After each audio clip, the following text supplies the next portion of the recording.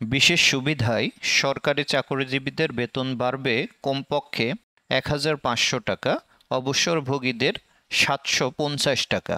হ্যাঁ দর্শক, এই রকম একটি সংবাদ প্রকাশ করেছে দৈনিক প্রথম আলো। চলুন জেনে নেই সংবাদের বিস্তারিত। সরকারি কর্মচারীদের জন্য বিশেষ সুবিধা কিছুটা বাড়ছে। নতুন সিদ্ধান্ত অনুসারে বিশেষ সুবিধায় সরকারি চাকরিজীবীদের বেতন বাড়বে কমপক্ষে ১,৫০০ টাকা, অবসরভোগীদের ৭৫০ টাকা। অর্থ উপদেষ্টা সালেহউদ্দিন আহমেদ বাজেট ঘোষণার পরদিন অর্থাৎ ৩ জুন অর্থ মন্ত্রণালয়ের অর্থ বিভাগ এ বিষয়ে যে প্রজ্ঞাপন জারি করেছিল তার সংশোধনী আনা হচ্ছে। এ বিষয়ে শিগগির আলাদা আদেশ জারি করা হবে। যে আদেশ জারির প্রস্তাব আজ রোববার প্রধান উপদেষ্টার কার্যালয়ে অনুষ্ঠিত উপদেষ্টা পরিষদের বৈঠকে অনুমোদিত হয়। অর্থ মন্ত্রণালয়ের অর্থ বিভাগ আজ রোববার বিকেলে এক বিজ্ঞপ্তিতে এ তথ্য জানায়। এর আগে সচিবালয়ে অনুষ্ঠিত এক ব্রিফিংয়ে অর্থ উপদেষ্টা সালেহউদ্দিন আহমেদ ও অর্থ সচিব খায়রুজ্জামান মজুমদারও সরকারি কর্মচারীদের ন্যূনতম বিশেষ ভাতা বৃদ্ধির সিদ্ধান্তের কথা জানান। অর্থ সচিব জানান, চাকরিরত ব্যক্তিদের ক্ষেত্রে ন্যূনতম ১,০০০ টাকা ও পেনশনভোগীদের ক্ষেত্রে ন্যূনতম ৫০০ টাকা বিশেষ সুবিধা দেওয়ার কথা বলা হয়েছিল।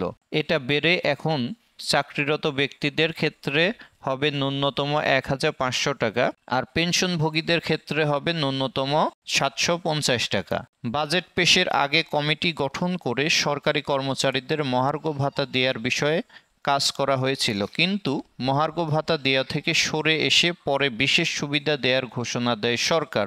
২০২৫-২৬ অর্থ বছরের জন্য পেশ করা বাজেট বক্তব্যে উপদেষ্টা সালেহউদ্দিন আহমেদ বলেছিলেন, ২০১৫ সালের পর বেতন কাঠামো না হওয়ার বিষয়টি বিবেচনায় নিয়ে এবারের বাজেটে সরকারি কর্মচারীদের জন্য বিশেষ সুবিধার পরিমাণ বৃদ্ধির প্রস্তাব করছি।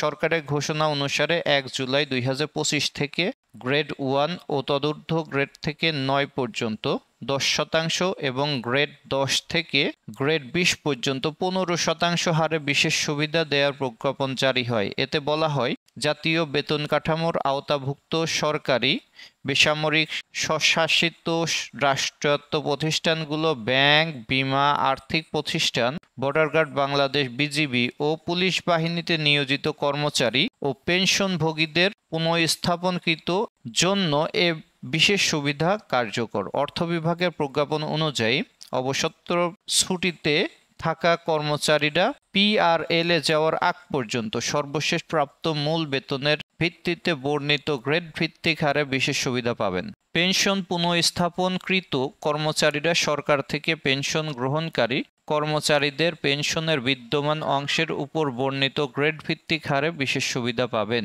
যেসব অবসর গ্রহণকারী কর্মচারী মোট পেনশনের ১০০% অর্থাৎ সম্পূর্ণ অংশে সমর্পণ করে এককালীন আনুতোষিক উত্তোলন করেছেন এবং এখনও পেনশন পুনঃস্থাপনের উপযুক্ত হননি, তাদের ক্ষেত্রে এ বিশেষ সুবিধা প্রযোজ্য হবে না। এছাড়া বিনা বেতনে ছুটিতে থাকা কর্মচারীরা এ বিশেষ সুবিধা পাবেন না। আশা করা হচ্ছে শিক্ষকরাও এই ধরনের সুবিধা পাবেন।